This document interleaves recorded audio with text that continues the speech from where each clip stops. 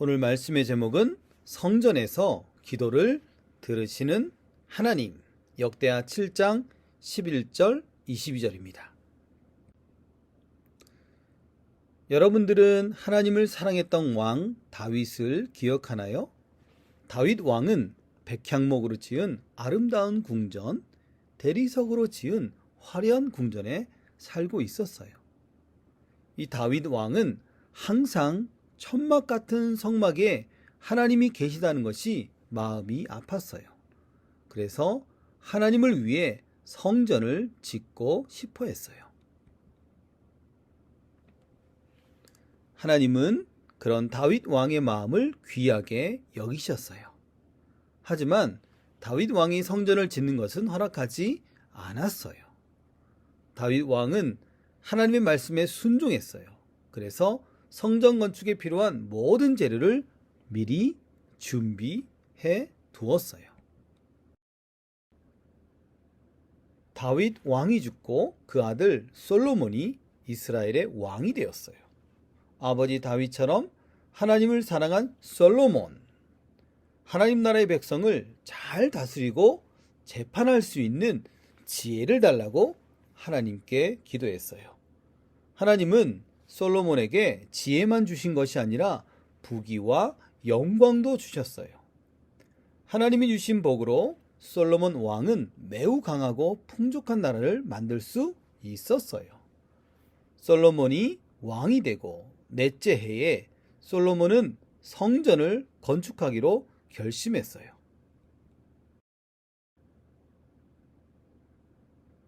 솔로몬은 하나님의 성전을 짓기 위해 최고의 재료를 모았어요. 두로왕 후람에게 최고의 나무를 보내달라고 요청했어요. 금과 은과 보석으로 물건을 만들 수 있는 장인을 보내달라고 부탁했어요. 주변 왕들에게 최고의 나무를 보내와 금과 은과 보석을 가지고 물건을 만들 수 있는 최고의 기술자도 보내달라고 부탁했어요. 솔로몬 왕은 자신의 계획대로 성전 건축을 위한 준비를 마치고 성전 건축을 시작했어요. 솔로몬은 하나님께서 주신 지혜를 사용하여 하나님의 성전을 지었어요. 성막이 옮겨 다니던 곳이라면 성전은 한 곳에 있는 건물과 같아요. 그래서 성막은 옮겨 다닐 수 있는 천으로 만들었다면 성전은 최고의 나무와 벽돌을 사용했어요. 성전의 기구도 금과 은으로 아름답게 만들었어요. 성전은 하나님의 영광을 드러낼 수 있게 아름답고 빛나게 만들었어요. 드디어 7년 성전 건축을 완료했어요.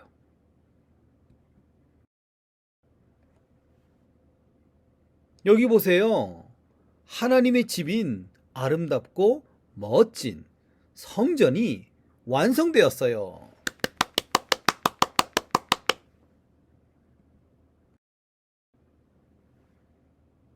다윗이 그랬던 것처럼 언약궤를 새로 지은 성전 안쪽에 두었어요. 제사장이 언약궤를 두고 성소에서 나오니 성전의 구름이 가득하기 시작했어요. 구름은 하나님의 영광이 가득한 모습이에요.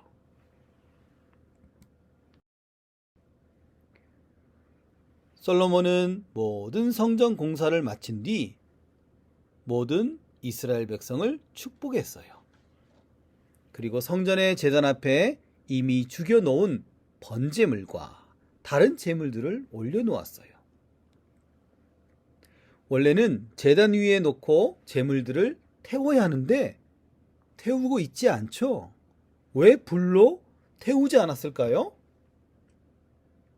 솔로몬은 하나님께서 자신과 백성들에게 놀라운 무언가를 보여주실 줄 확신하고 있었어요. 솔로몬은 무릎을 꿇고 하늘을 향해 두 손을 펴고 기도했어요. 하나님과 같은 신은 이 세상에 없습니다. 어떻게 하나님께서 사람과 함께 땅에 계시겠습니까? 하나님이 어떻게 제가 건축한 성전에 계시겠습니까? 하지만 하나님이 성전에서 드리는 저의 기도를 들어주십시오. 이곳에서 기도할 때 우리의 죄를 용서해 주십시오. 우리에게 어려운 일이 생길 때 이 성전을 향해 기도하면 우리를 돌아보시고 우리를 잊지 말아 주십시오. 솔로몬이 기도를 마치자 하늘이 빨개지면서 시뻘건 불덩어리가 번제물 위에 내리쳤어요. 번제물은 순식간에 활활 타올랐어요. 이 모습을 본 이스라엘 백성들은 모두 무릎을 꿇고 엎드렸어요. 불은 어떤 역할을 할까요? 금이나 은 같은 보석은 물로 아무리 씻어도 깨끗해지지 않아요. 불로 태우고 녹여야 그 속에 있는 깨끗한 금과 보석이 나옵니다. 불은 불순물을 태워버려요. 하나님의 백성들에게 불은 하나님의 백성들의 죄를 태우는 능력이 있답니다. 하나님의 영광이 성전에 가득했어요. 눈부시도록 아름다운 구름이 성전에 빽빽히 들어섰어요. 앞을 전혀 볼 수가 없었어요. 모두가 말할 수 없는 기쁨과 그 영광과 두려움에 사로잡혔어요. 이런 모습은 하나님이 이스라엘 백성과 함께함을 보여주는 거예요. 지금은 하나님이 우리와 함께하는 것을 어떻게 알 수 있죠? 우리 예수님께서 우리와 영원토록 함께 하시겠다고 하셨기 때문에 이러한 하나님의 임재를 기대할 필요는 없습니다. 우리 예수님은 여러분과 또한 저와 영원토록 함께 하십니다. 전능하신 하나님이 친히 솔로몬 성전에 내려왔으니 솔로몬은 다시 제사를 드립니다. 그날 하나님 앞에 바친 소가 무려 22,000마리였어요. 온 들판에 있는 소를 가지고 와서 하나님께 바친 거예요. 게다가 양이 12만 마리이니 도저히 숫자를 셀 수 없는 양들을 하나님께 바친 겁니다. 솔로몬은 자신이 가진 모든 것이 다 하나님 것이니 하나님께 드리는 것이 마땅하다고 생각했어요. 그럼 많이 드린다고 하나님이 좋아하실까요? 아니에요. 하나님은 솔로몬의 마음을 받으셨어요. 하나님은 여러분의 마음도 받으셔요. 여러분이 할 수 있는 것을 하나님께 드리세요. 하나님께서 기뻐하실 거예요. 솔로몬은 백성 모두와 새로 지은 성전을 보면서 매우 기뻐했어요. 솔로몬 왕이 하나님께 성전을 지어드린 그 어느 날 밤에 하나님은 솔로몬에게 나타나셨어요. 우와! 하나님께서 무엇라 말씀하실까요? 하나님은 솔로몬이 드린 기도대로 만약 이스라엘 백성이 어려운 일을 당할 때 죄악의 길에서 떠나서 하나님께 기도하면 하나님께서 반드시 응답해 주실 거라고 약속하셨어요.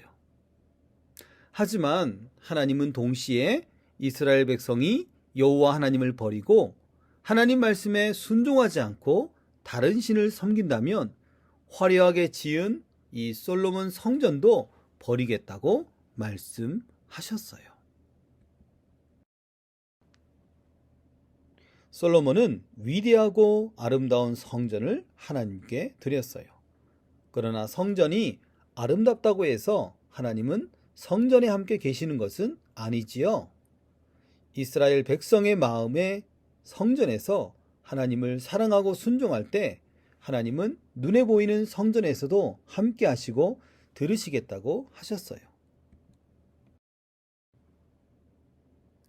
솔로몬이 지은 성전은 이제 남아있지 않아요. 그러면 이제 우리는 어디를 바라보고 기도해야 할까요? 맞아요. 우리는 이제 예수님을 보고 기도할 수 있어요. 요한복음 2장 21절에 예수님은 자신의 육체를 가리켜 성전이라고 말씀해 주셨어요. 솔로몬과 이스라엘 백성이 성전에서 하나님께 기도했던 것처럼 지금은 성전이신 예수님을 통해서 하나님께 기도를 드릴 수 있어요. 그래서 우리는 기도를 드릴 때마다 어떻게 기도하죠? 예수님의 이름으로 기도합니다 라고 하는 겁니다. 사랑하는 언양교회 친구들, 하나님은 진심으로 기도하는 우리의 기도를 들으시고 응답하셔요.